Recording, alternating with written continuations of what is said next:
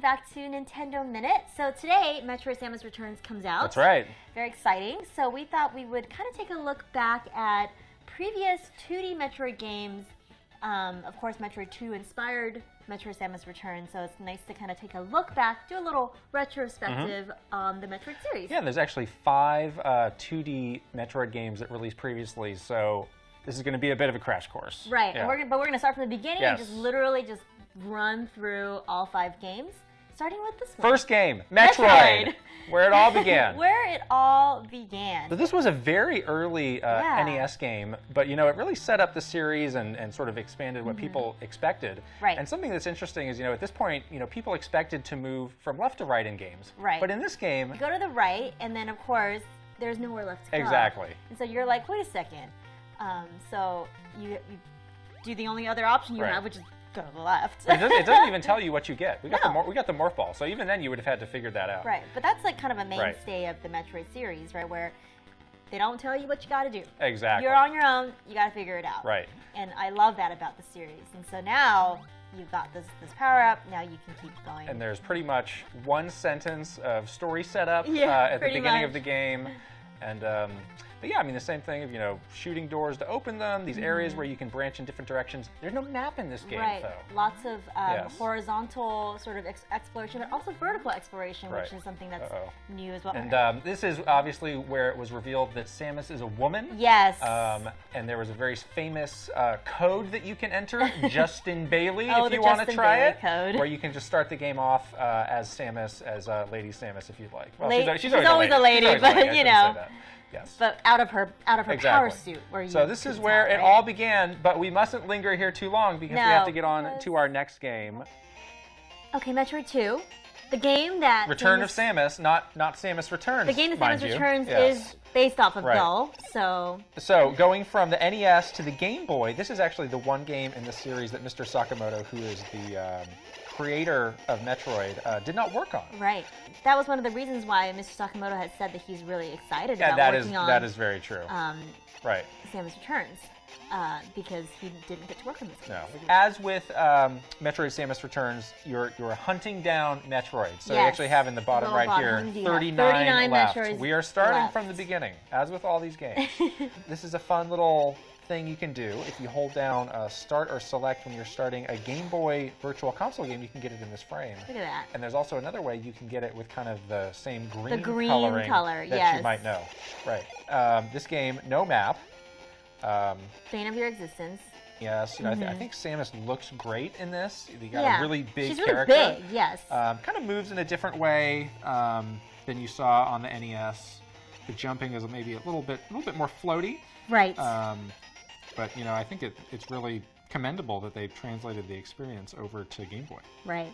This introduces some of the items, you know, that you see in the series going forward and are obviously reflected in Metroid Samus Returns, like the Spider Ball. Oh, yes. Which I do not have yet. Yes, but it's very useful. Yes, very useful for your traversal. Are we going down again? It's kind of cool to see these enemies in this game because having just played Samus Returns, seeing those what they originally beautiful, look like this little guy. And there is a way to get some original Metroid 2 concept art in Metroid Return of Samus. Yes. If you do certain things in that game. Exactly. And it's fun to go back and look at sort of, you know, the concept. Metroid! Very important. Can I do it? So there are different types of the Metroids that you're fighting here. This is the easiest one. Obviously, since the beginning. We're at the beginning of the game. Oh no, you're not doing well at all. I'm running. Well, you know where. Yes! Oh, okay, very Got nice. it. Very nice. All right. Look at that. And the number, where's it going down to? Oh, down 1. 38. Down to 0? We did it. Yes. Oh, what's happening now? What's that? Some sort of earthquake, perhaps. Yes, something might have happened. So definitely fun to go back and look at this. It is very interesting. What was inspired? What inspired that game and see how far it's come. Yeah, very cool. All right, so now we are looking at Metroid 3, otherwise known as Super Metroid. Otherwise known as one of the best games ever made. Probably, yes. Otherwise known as. You started a tiny bit into the game. Yeah, we started a new game very early, but the opening of this game is one of the most iconic ever, I would say. And probably the most panic-inducing ever. I think this is really the game where Metroid, a lot of people think hit its peak as far as this visual storytelling that it does of, not laying it out with a lot of text or dialogue, but just sort of letting the player see what is happening here. Yeah, exactly. And letting you really discover what is happening with this. So, oh my gosh. So, you have deposited the baby Metroid, and now Ridley is trying to take it back from you. Yes.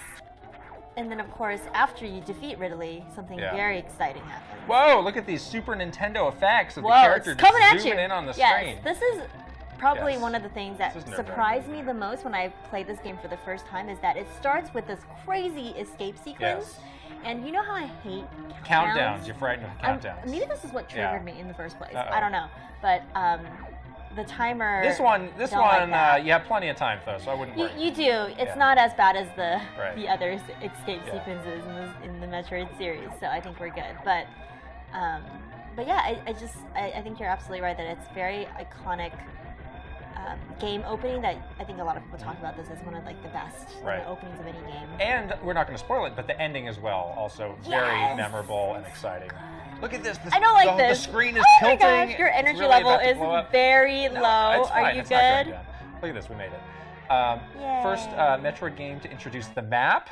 Yes. Thank goodness. Now we can find where we're going without the graph paper. Right. And also introduced a whole new range of abilities for Samus that we obviously see carried over into the series. Into the later series, yes.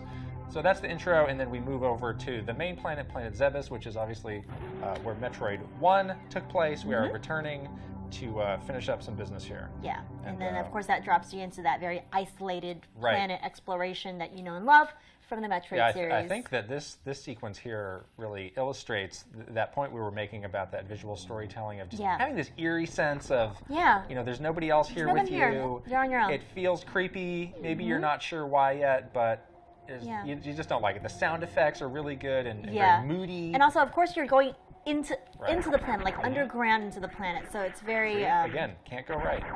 Gotta go left. We learned this from the first one. Gotta go left. I think this is a good point to wrap up here, but absolutely a great game to play. Yes. And all of these games that we're playing today are available on different sorts of virtual consoles. So we're playing this on Wii U today. Metroid 4.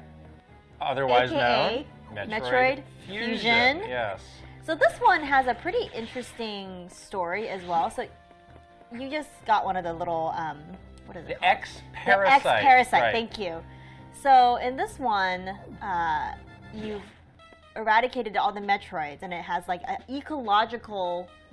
it's caused an ecological disturbance, right? So now we have these X-Parasites. They're terrifying. And Samus gets taken over by the parasite. She got infected. Look at her. And she has to undergo this awful surgery that sort of fuses part of her suit to her body, and that's why it looks all crazy and gross here. Yes. So she's really sort of weakened. Right. And she's actually, but as a part of the process, she becomes somewhat immune to the X-Parasite. So she's the one who needs to go there now and give her. And as you can see here, this is the first game in the series that really puts a much greater emphasis on the storytelling. So there's actually dialogue that happens, cutscenes that happen. And I'd say it's a bit more other characters too that are introduced from the Federation, which is really interesting. And I'd say it's a bit more of a guided experience. Right. I'd say it's a little bit more linear than some of the other games as far as where you're going to go and when. Certain parts of the map open up to you at certain times. You get a bit more narration from and instruction from other characters in the Metroid universe. And we should say that this is going back to handheld. This is on the Game Boy Advance. Yeah, it actually looks really good. It does. We're playing it on Wii U. It's really nice on the TV. Yeah, it looks nice on the TV. And this is how you get items. So I just got missiles. Right, that's these stations, and you kind of power up your suit this way instead of kind of collecting them along the way. Exactly. And then the other thing that's really interesting, we were talking about how poor Samus has to get these awful surgeries and is in a weakened state.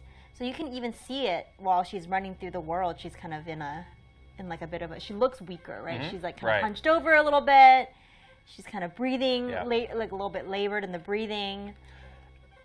And Metroid Samus Returns has a fusion mode, which you can try out after you beat the game, which... I don't know, man. Maybe it's got some connections to this. I don't know. It sounds hard. It's been a while. But other so stuff, like you you saw here, we can grab onto the ledge, continuing to refine what Samus can do and what she's got. And different types of missiles that you can get this time. Right. So, all right. Well, that's a quick look at Metroid Fusion. Why don't we move on to our last game? Oh boy. We are back with our last game, Metroid 5. Metroid Zero Mission. Metroid Zero Mission. Which I don't know if I would call it Metroid Metroid 5 because it's a remake of the original Metroid. It's true. On Game Boy Advance. And, as we were pointing out when we looked at the original Metroid, very early NES game. So, they were they were working with what they had at the time, but obviously at the time of Game Boy Advance, this team had a lot more experience making games, and obviously the hardware was a bit more powerful. So I think it made a lot of sense to go back, as they are with Metroid 2, with Metroid Samus Returns, returning to this. Exactly. But, it's not a perfectly straight remake. They did add some new content, some new areas that kind of give, change of pace to some gameplay at times, which I think makes a lot of sense, again, as they did in, my favorite. Metroid Samus Returns, Long Beam. Gotta have the Long Beam.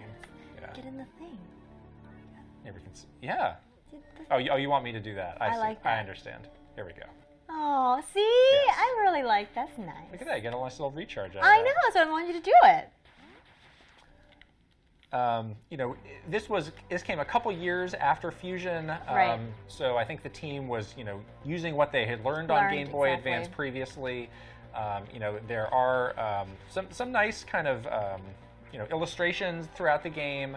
Obviously, not as much story as you saw in Fusion, just because it's not that kind of game. Right. Back to the lonely exploration, Right. figuring stuff out on your own. Right. And you can see in the top right, we do have the map. That. Oh, your precious map. I need a map. You do. I'm a map guy. It is. Yeah. It's very useful to have a map. So here we are. Yes. Still, again, very early on. Yes. But yes, this is a great way to experience this first game. I think Yeah, it would be fun to start with the original NES and then check this out. check this one out, exactly. So having looked at all of these games, we both finished Metroid Samus Returns. I'm curious, where would you say that this falls in the sort of pecking order for you personally? Oh, I loved Metroid Samus Returns a lot. Yes. I think Super Metroid is still probably at the very top of that list for me, because that game, it just really encompasses what Metroid is about for me. But Metroid Samus Returns, close in the top 3, close second probably. It's definitely in the same ballpark as Super Metroid, I would say. Right. And you see a lot of people saying like, oh well, this year for Nintendo, it's great that we have a new mainline Mario game, a new mainline Zelda game. Don't underestimate Metroid Samus Returns. This is a real proper Metroid game. And the additions have really made it feel really fresh and modern, and I think if you are a Metroid fan, or even if you're not, if you're curious about the series, this is a great place for you to start and really get to know what is so iconically wonderful about the Metroid series. And then you can go back if you want and try out some of these other games. Learn about Samus. So that's been our crash course, kaboom, on Metroid. 2D Metroid games. Yes. Hope you enjoyed it. Yeah, we will see you guys next week. Thank you so much for watching, and remember, Nintendo Minute is never a minute. Bye. Bye-bye.